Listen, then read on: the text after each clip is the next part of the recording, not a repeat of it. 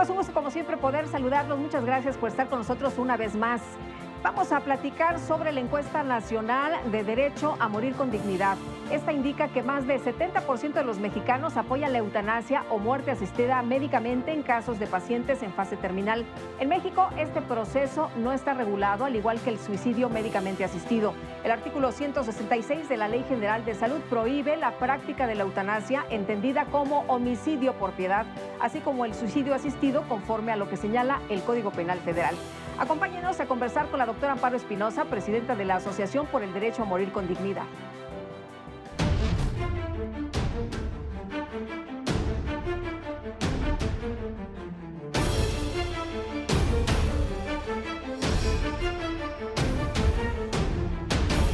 Y Amparo, un gusto como siempre poder platicar contigo. Muchas gracias. Muchas gracias a ti por la invitación, Lupita. Oye, uno de los temas que más se discute entre los mexicanos y que más se bromea es este de la muerte. Pero ya cuando se trata de hablar en serio parece que no nos gusta mucho. Pues se habla muy poco de la muerte. Y un dato que me pareció curioso en esta segunda encuesta es que yo consideré que después de la pandemia pues iba a subir el número de veces que los mexicanos hablamos de la muerte, pero bajó. O sea, se habla menos de la muerte después de la pandemia que antes de la pandemia. Y aquí yo creo que el tema es interesante porque puede ser consecuencia de que no haces tu testamento y de que no firmas tu voluntad anticipada. Porque si no piensas, pues casi crees que eres inmortal y no te preparas. Sí. Entonces tiene consecuencias. ¿Qué es la eutanasia? ¿Cómo debemos entender la eutanasia? Porque se habla de eutanasia, se habla de suicidio médicamente asistido. Tenemos diferentes figuras. La eutanasia, ambas es la muerte médicamente asistida, la definición. La eutanasia es cuando el médico te aplica directamente la sustancia. O sea, te pone una inyección o te lo da. Y el suicidio es cuando tú te lo tomas. Pero de todas maneras, como que la frontera es muy difícil de definir porque el médico te lo pone aquí. La única cosa es que tú lo tomes por tu propia mano. Esa sería la diferencia. El suicidio, pues tú mismo lo tomas. Y también aquí a mí me pareció un dato curioso porque yo preguntándome a mí misma, yo preferiría el suicidio médicamente asistido, yo preferiría yo tomar mi propio medicamento. Sí. Sin embargo, en la encuesta encontramos que no. La gente prefiere que el médico lo ayude a sí. morir y no él tomar su propio medicamento, menos en el campo. En el campo la gente prefiere tomarse el medicamento y no que se lo aplique el médico. ¿Qué tanto ha cambiado de los datos de la primera encuesta a esta segunda encuesta que han realizado ustedes en esta Asociación por el Derecho a Morir con Dignidad? Es curioso, pero no ha cambiado mucho. Desde la primera encuesta era mayoritaria la población que quiere que se legalice o despenalice la muerte médicamente asistida, y en esta también a lo mejor lo mismo, y más o menos las mismas cantidades, no hay diferencias significativas. Quizá hay diferencia como en esto que te platico del campo, que antes también preferían más que se les aplicara el médico la sustancia en caso de morir y no tomarla ellos, y ahora lo que yo encontré es que prefieren ser ellos los que toman la sustancia para morir y no que se las aplique el médico. Creo que esta encuesta da para mucho y necesitamos entender estas sutilezas, digamos. ¿Cómo has visto esta situación? Decías, a ver, después de la pandemia pensábamos que íbamos a tener una conciencia mucho mayor acerca de la muerte. Hemos visto mucha gente que pues se ha muerto, pero dices que no cambió mucho nuestra manera de pensar. No, y esta es una encuesta representativa, es hecha de casa en casa, es la misma metodología, son unas encuestas, la verdad, muy costosas, no son por teléfono, son en vivo. No, la diferencia, yo pensé que iba a ser mucho más la población que iba a querer, ¿no? Cuando hubo mucho sufrimiento. No, el porcentaje sigue siendo el mismo, que también yo veo que está muy arraigado. O sea, la gente quiere tener más posibilidades de terminar con su vida si tiene mucho dolor, porque hay mucho dolor. Hay mucho dolor. ¿Qué es morir de manera digna? ¿Qué es una muerte digna? ¿Sabes qué? Me gusta mucho que me hagas esa pregunta porque se me hace que la palabra dignidad es muy complicada. Es muy complicada porque yo creo, y esto es uno de los cambios que yo he tenido después de 15 años o más de estar en esto, al principio yo equiparaba la posibilidad de acabar con tu vida, tú, de una muerte médicamente asistida, yo decía, eso es muerte digna. En estos años he visto que no, no. Eso es a lo mejor morir con libertad y una colega tiene ahora una asociación, Asunción Álvarez, con ese nombre y me parece más atinado, porque morir con dignidad yo creo que supone más cosas, Lupita. Por ejemplo, que no tengas tanto dolor previo a la muerte.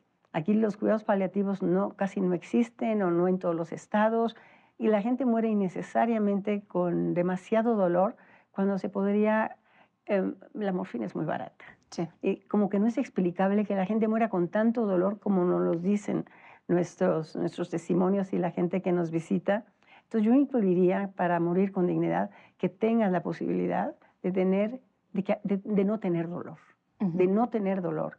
Ok, que tengas la legalización de la eutanasia, pero que en los meses o lo que sea previos, acabar con el dolor es importantísimo. ¿Alguna persona que tenga dolor crees que cambie su decisión, que cambie su manera de pensar? Si no tiene dolor, entonces ya no es necesaria la eutanasia. Es una pregunta complicada.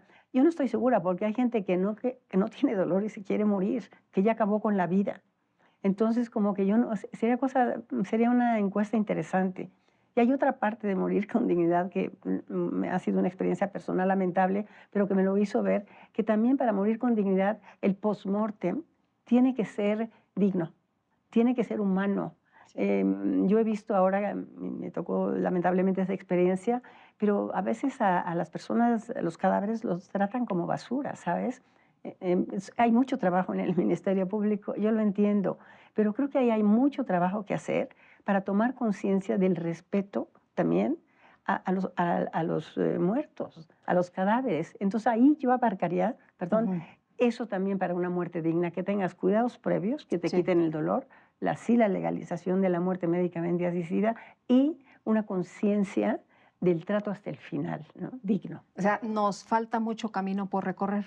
Mira, yo creo que sí. Yo creo que sí, y sobre todo la conciencia. Las Naciones Unidas tienen protocolos de cómo tratar a las personas muertas, ¿no? Es muy buen momento y esto es buenísima oportunidad de crear conciencia, de que pensemos por lo menos, ¿no? En qué consiste tu pregunta, para uno qué es una muerte digna. ¿Te sorprendió que 7 de cada 10 personas digan que están de acuerdo en que se practique la eutanasia, en apoyar precisamente que se cambie la ley para que haya eutanasia en este país?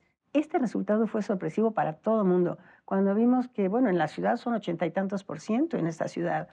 Y eso es consistente de la encuesta del 16 y de la del año pasado. Entonces, sí fue sorpresivo. Y otro dato muy sorpresivo, como también preguntamos religiones, los católicos no hay diferencia. Los católicos, en la misma proporción que el resto de la población, favorecen la legalización de la eutanasia. ¿Qué pasa en el campo y qué pasa en las ciudades? Mira, en el sureste es mucho menos.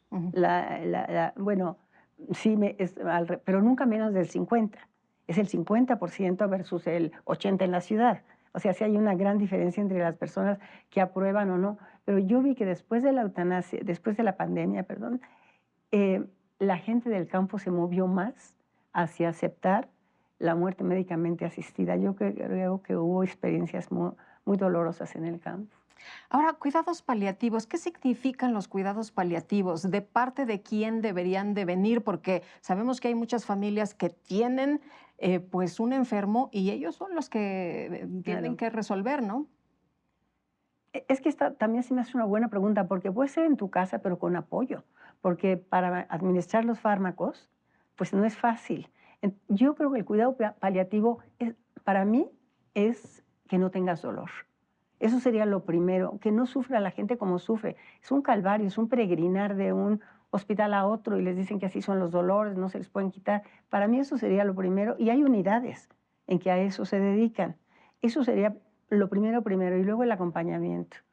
Y que tú puedas estar acompañada de tus familiares, de que tengas compañía profesional también.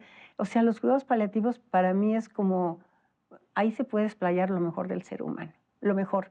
La compasión, el afecto, el no rechazo. Estar junto a una persona que está muriendo no es fácil, ¿no?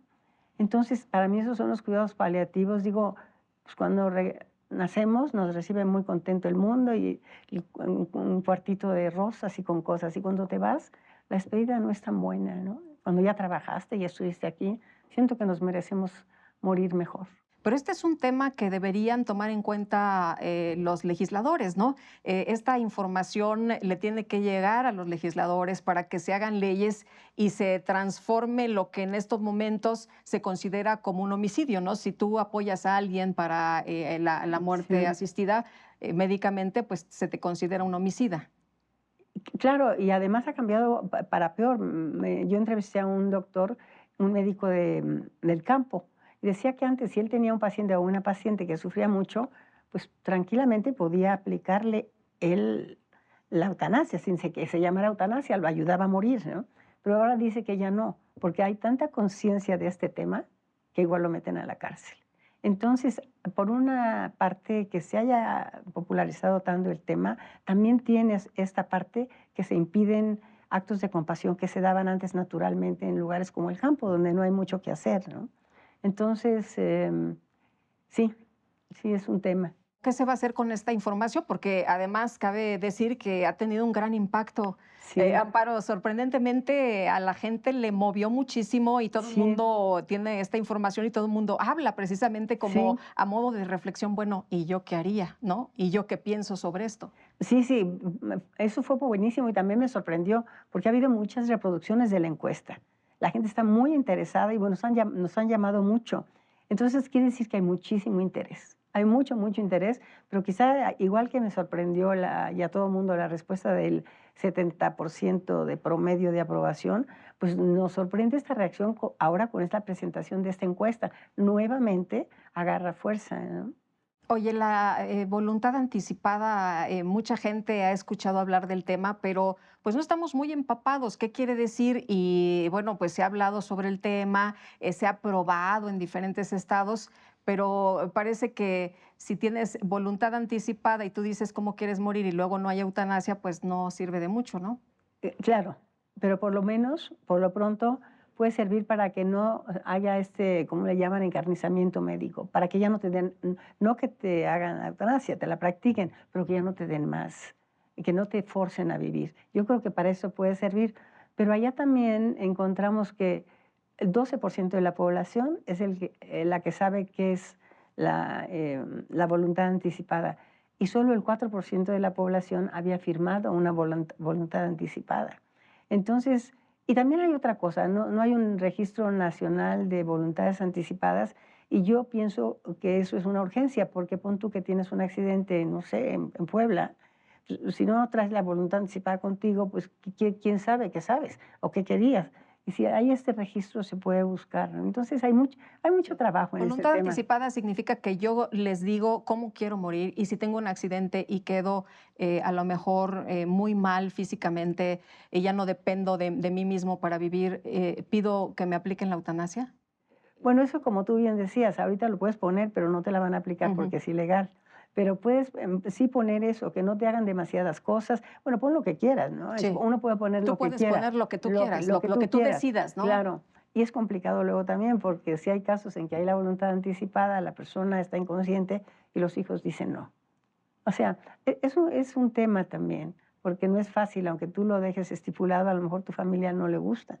Dice, no, vamos a no hacerlo, ¿no? Pero yo creo que vale la pena el ejercicio, de que tú misma o tú mismo escribas, que es como un testamento. Claro, de qué es lo que tú quieres. Exacto. Pues Amparo, ha sido un placer poder Muchas platicar contigo, gracias. además de este tema que ha dejado a muchos en la reflexión. Muchas gracias, Lupita, de verdad. Muchas Muy gracias. agradecida.